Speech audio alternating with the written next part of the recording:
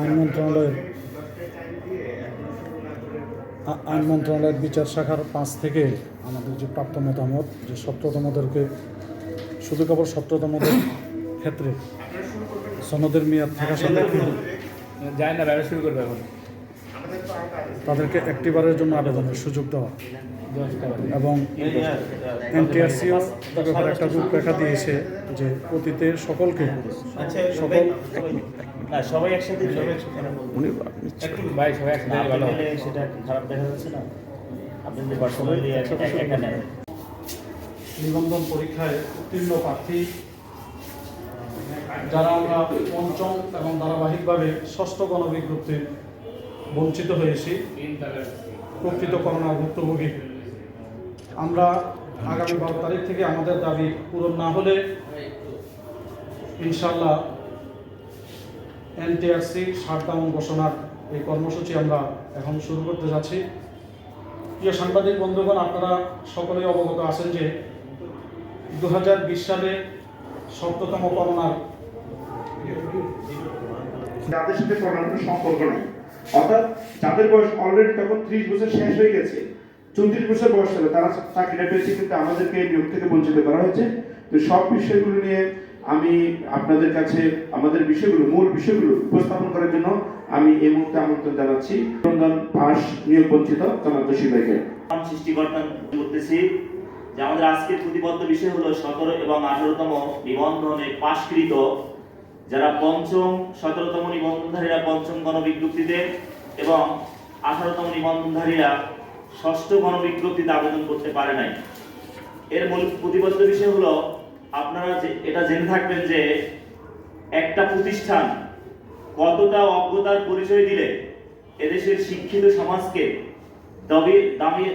দাবিয়ে রাখতে পারে, আমরা সে বিষয়ে আজকে উপস্থাপন করব।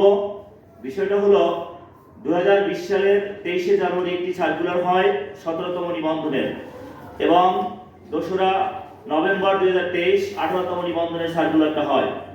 17তম নিবন্ধন যখন সার্কুলার হয়েছিল, আমাদের এখানে যারা আছে তারা সহ আরো 739 জন, এটা আমাদের হিসাব নয়, এনটিআরসির হিসাবেই তারা পঞ্চম গণবিজ্ঞপ্তিতে আবেদন করতে পারে নাই।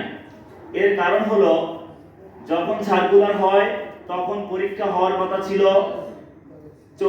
16 এবং 15 মে 2020। 25শে মার্চ করোনাকালীন সময় আসার পরে 26শে এপ্রিল এনটিআরসি প্রজ্ঞাপন দিয়ে নোটিশ দিয়ে বলে এখন এই মুহূর্তে পরীক্ষা নেওয়া সম্ভব নয়। সুতরাং করোনা যখন স্বাভাবিক হয়ে যায় তারই সাথে সাথে বাংলাদেশ ব্যাংক, বিসিএস, প্রাইমারি সহ বাংলাদেশের যত সরকারি বেসরকারি চাকরির পরীক্ষা নেওয়া শুরু হয়ে যায়। কিন্তু একটি মাত্র প্রতিষ্ঠান যারা তাদের অজ্ঞতার পরিচয় দিতে দিতে তারা কখনোই পরীক্ষা নেওয়ার কথা মনেও করেনি। কিন্তু আপনারা এটাও জেনে থাকবেন আমরা এনটিআরসি তে কমপক্ষে 30 বার স্মারকলিপি দিয়েছি এবং এনটিআরসি যার অধীনে আছে মাধ্যমিক শিক্ষা মন্ত্রণালয় এবং মাউসি, তাদেরকে আমরা বারবার অবহিত করেছি যে আমাদের বয়স চলে যাচ্ছে, আপনারা পরীক্ষাটা নিন। তারা বলেছে আমাদের কিছু জটিলতা আছে, আমরা বলছি সেই জটিলতা যদি আমাদের হেল্প লাগে সেটা আমরা করব। ওনারা বলছে আপনারা হেল্প করতে পারবেন না, আমরা বলছি পারবো। ওনাদের একটাই জটিলতা ছিল, ওনাদের একটা রুম ছিল, সেটা ওনারা ছেড়ে দিয়েছিল।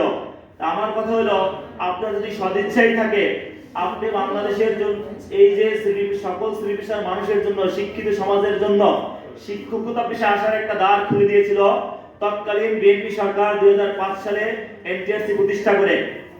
এবং এখনো এনটিআরসি তে যারা বিগত সালে প্রেতাত্মারা বসে আছে, তারা এই সময় নষ্ট করতে করতে 4টি বছর নষ্ট করার পরে আমাদের পরীক্ষাটা নিয়েছে। ততদিনে আমরা 35 ঊর্ধ্ব হয়ে গেছি।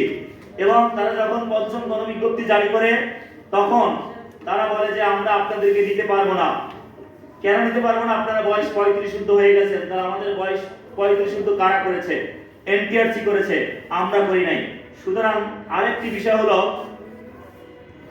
যে এই 17তম নিবন্ধনধারীরা পাস করার পরে আগে যে 7টা গণবিজ্ঞপ্তি হয়েছে সেখানে 5টা গণবিজ্ঞপ্তিতে ব্যাকডেট দেওয়া হয়েছে এবং তারা বারবার বলে এই ব্যাকডেট গুলো ছিল বাংলাদেশ জনপ্রশাসন মন্ত্রণালয়ের বয়সের ছাড় ছিল, কিন্তু আপনি এখানে আমি সমস্ত ডকুমেন্টস গুলো নিয়ে আসছি, যে ডকুমেন্টস গুলো আমরা প্রশ্ন উত্তর করবে এরকম ব্যাখ্যাটা আমরা দিব ইনশাআল্লাহ। এখন আমি জানুয়ারি মাসের 17তম নিবন্ধনের বিজ্ঞপ্তি প্রকাশ করা হয়।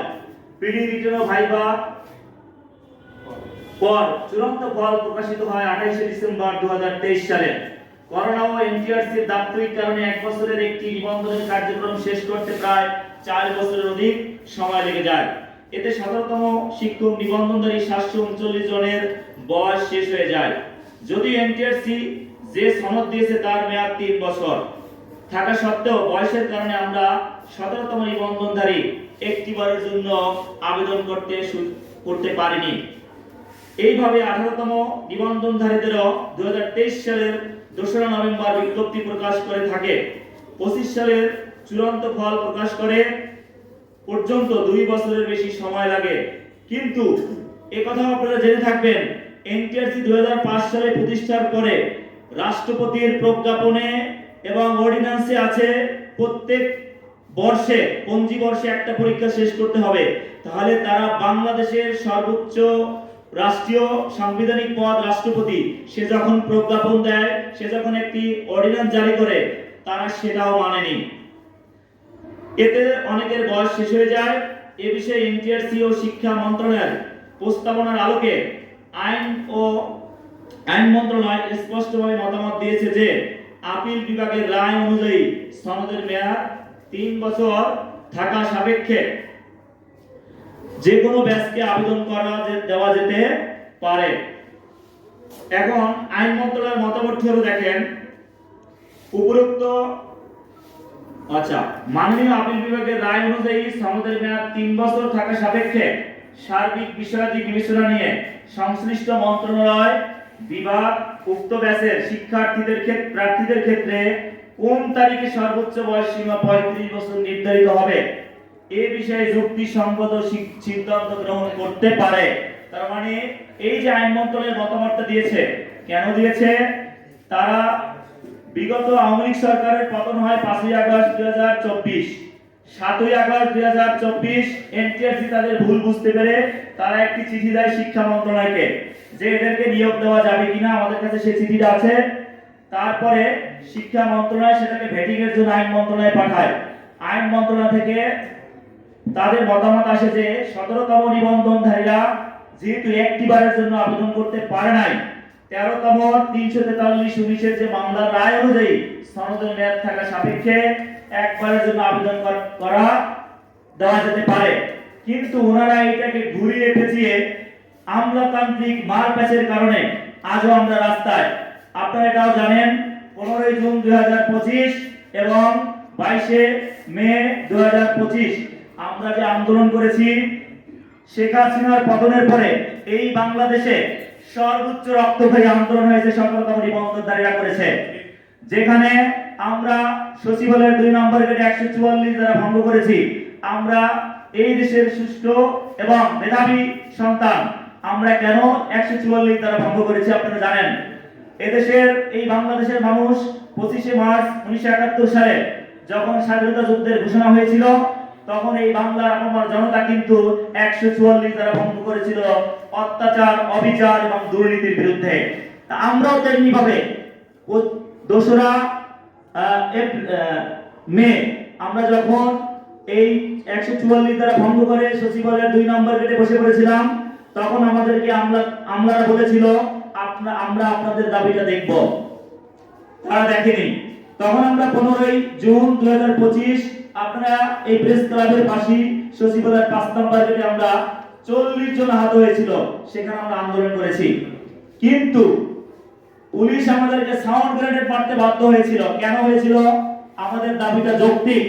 আমরা আইনি ব্যাখ্যাটা আপনারা যখন প্রস্তুতর পর্ব নেবেন তখন আমরা ইনশাআল্লাহ দেব। আমি একটা কথাই বলতে চাই, এর যে বাংলাদেশে আর কোনো দ্বিতীয় দাবি সঠিক দাবি নাই।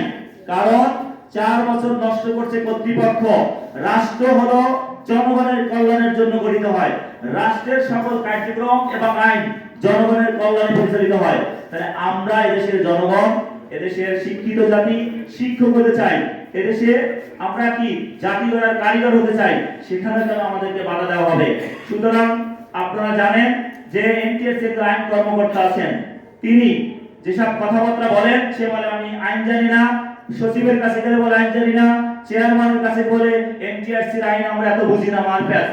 আমি বলছি উইথ ডকুমেন্টস আমি আপনাদেরকে সমস্ত কার্যাবলী বুঝিয়ে দেব।